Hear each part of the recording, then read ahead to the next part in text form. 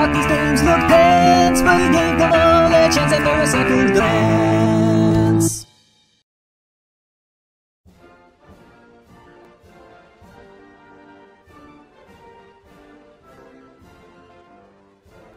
Fourscore and 150-ish years ago, our forefathers brought unto us a new nation of man.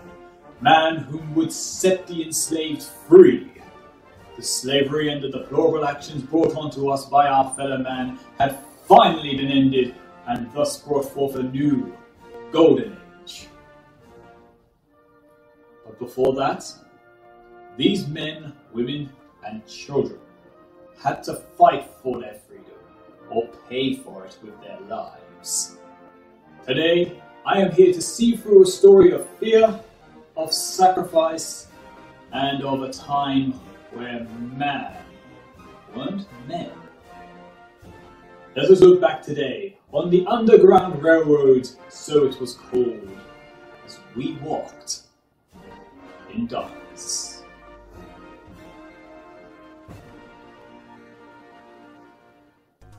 We Walked in Darkness, a free-to-play game on Steam by the wonderful people at Chelsea Games. What? Oh, it's pronounced Selic. Yes, those people. Selic Games. Selic Games are a gaming company that believe in tech-education, which is teaching kids through the power of technology. A noble feat, I've got to say. They range from games like Math Racer, where you have to drive through the correct binary operator in order to go faster, Lawkeeper, a visual novel with some annoying tracing minigames and no spell checker, Magnet Mayhem, a strategy/puzzle game for all you folks that ask how magnets work, Spellbook, which is a non-fun version of the Hangman game that will fail you if you pick a word that they don't want you to. Seriously, D-A-Y, day! It fits! It should have been the correct answer! How'd I fail? And perhaps one of their most popular games, Mathletes. It's just math, but sporty. But could you guys do something with the animations in that hockey game? Look, I'm scoring and yet my points aren't going up. Well, if I'm wrong, then he should save it! But we're not here to talk about that.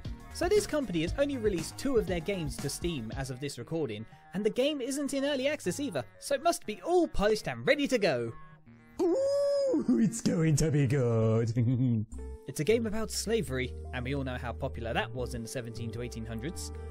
You play the role of Grayson Elijah, a young boy and his big sister working on a farm for a man called Master Galloway, a man nowhere near as sexy as Leonardo DiCaprio, who sold their father for teaching their daughter how to read and spends his afternoons disciplining his employees.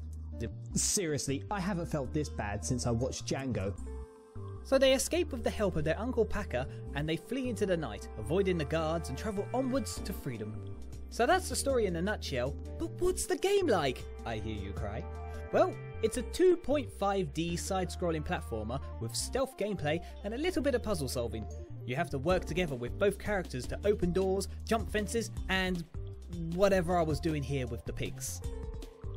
Selic Games said they wanted this game to teach people the hardships of what it was like to escape through the Underground Railway, and I gotta tell you, it was hard. I have no idea how I'm failing this hard. I'm hiding. I'm in cover. What am I missing? Maybe it's just one of those many various bugs I found while playing the game, making life hard and... Okie dokie Loki. What is this? So I think I broke the game here simply by trying to drop off a ladder too early. You know, maybe this is a good thing. He can escape now. Yes! To freedom, my lad! To the stars where no one may ever harm you again! And don't worry about your sister, she'll be fine. Oh. Guess that sister of yours is quite the heavy burden. Great, now I'm stuck. Look at this! The kid can't even crawl properly anymore. Restart! So eventually I figure it out. Or I just get lucky and manage to get to the next part of the story where we meet our greatest threat yet. Kids who can't swim. Now, I wouldn't have a problem with this, but she is literally walking along the bottom of the water. The kid could just, I don't know, Sit on her shoulders? Piggyback? Stand on his feet?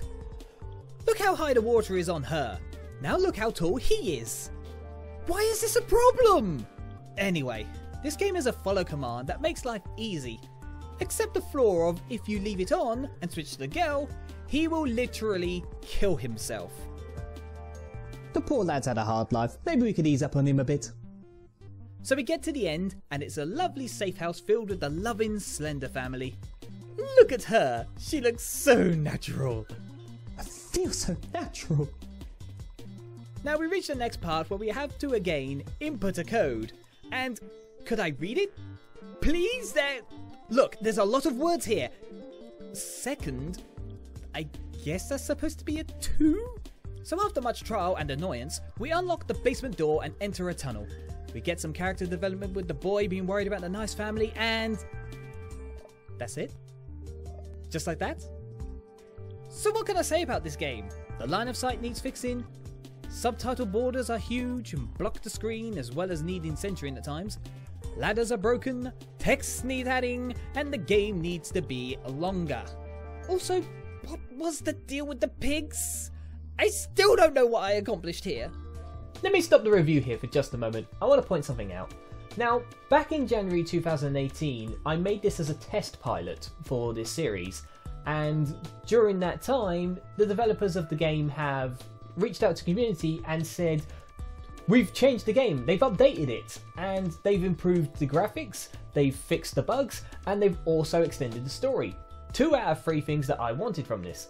And, well, the name of the game is Second Glance here. So I thought, you know, I'll reinstall it and I'll give it another look. Maybe now it's ready to be that good game. A really enjoyable game that we can all sit down and enjoy together and have a great ending and a storyline that's worth everything.